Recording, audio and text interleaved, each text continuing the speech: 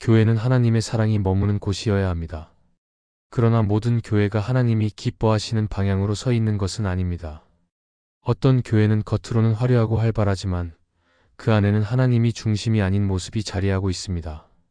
신앙의 이름으로 모였지만 그 안에서 사랑보다 경쟁이 앞서고 예배보다 형식이 중요하며 성도를 세우기보다 이용하려는 태도가 드러날 때가 있습니다. 이런 교회는 머물기보다 떠나야 합니다. 왜냐하면 교회는 우리의 감정을 채우는 공간이 아니라 하나님께 순종하는 공동체이기 때문입니다. 하나님께서 머무시지 않는 곳에서 오래 머무는 것은 믿음이 아니라 타협이 됩니다.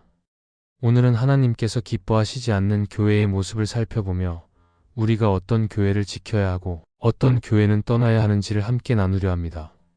첫째, 헌신이 희생이 아니라 경쟁이 되는 교회는 떠나야 합니다. 교회 안에서의 헌신은 하나님께 드리는 예배의 또 다른 형태입니다. 그러나 그 헌신이 점점 사람 사이의 비교와 경쟁으로 바뀔 때 교회는 방향을 잃게 됩니다. 하나님께 드려야 할 헌신이 사람에게 보이기 위한 수단이 되고 누가 더 오래, 누가 더 많이, 누가 더 열심히 했는가를 따지는 분위기가 만들어질 때 그곳에는 이미 은혜가 사라집니다.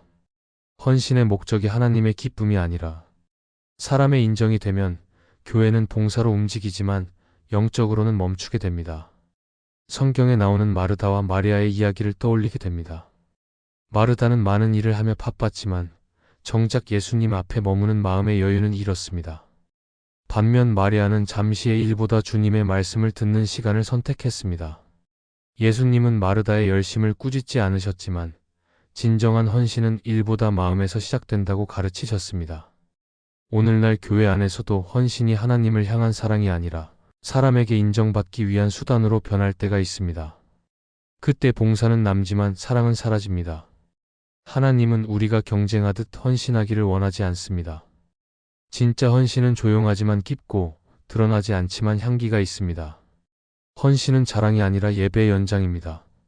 서로 비교하며 마음이 상하고 열심히 일하면서도 기쁨이 사라지는 교회라면 이미 중심을 잃은 것입니다. 그런 교회는 머무르기보다 떠나야 합니다. 하나님이 바라보시는 헌신은 많음이 아니라 진심입니다. 하나님은 지금도 자신을 드러내지 않고 묵묵히 사랑으로 섬기는 사람을 통해 교회를 세워 가십니다. 둘째, 예배는 있지만 예배자가 없는 교회는 떠나야 합니다. 예배는 교회의 중심이며 신앙의 숨결입니다. 그러나 예배가 형식으로만 남아있고 마음이 빠진 예배가 지속될 때 그 교회는 이미 영적으로 병들기 시작한 것입니다. 겉으로는 찬양이 울려 퍼지고 기도가 이어지지만 그 안에 하나님을 향한 진심이 사라졌다면 그것은 더 이상 예배가 아닙니다. 하나님은 우리의 목소리보다 마음을 보십니다. 손을 높이 들고 노래를 불러도 마음이 하나님을 향하지 않으면 그 소리는 하나님께 닿지 않습니다.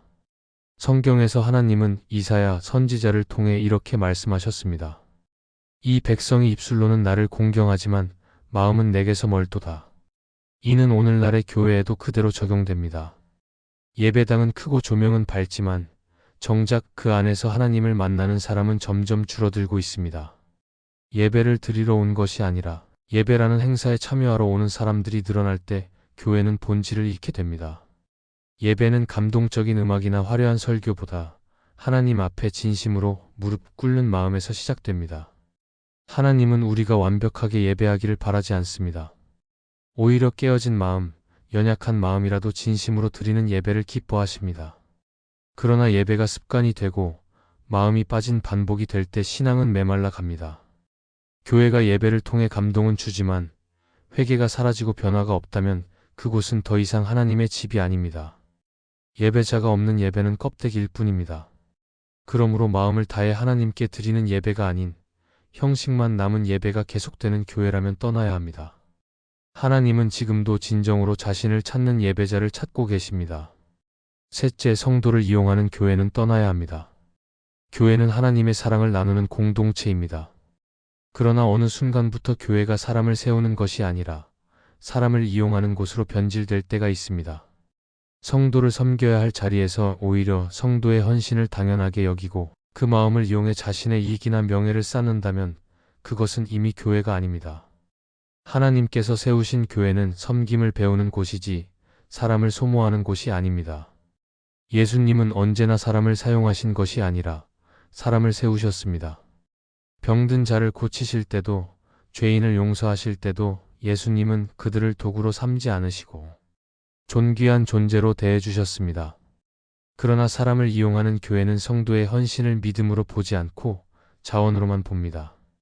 헌금은 숫자로만 계산되고 봉사는 책임으로만 남습니다. 사랑과 감사의 마음이 빠진 채 사람을 통해 교회가 커지려 할 때 이미 그 중심에는 하나님이 계시지 않습니다.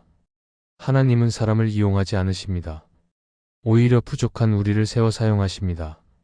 그러므로 성도를 소중히 여기지 않고 교회의 목적을 위해 희생시키는 문화가 자리 잡았다면 그곳은 떠나야 할 곳입니다.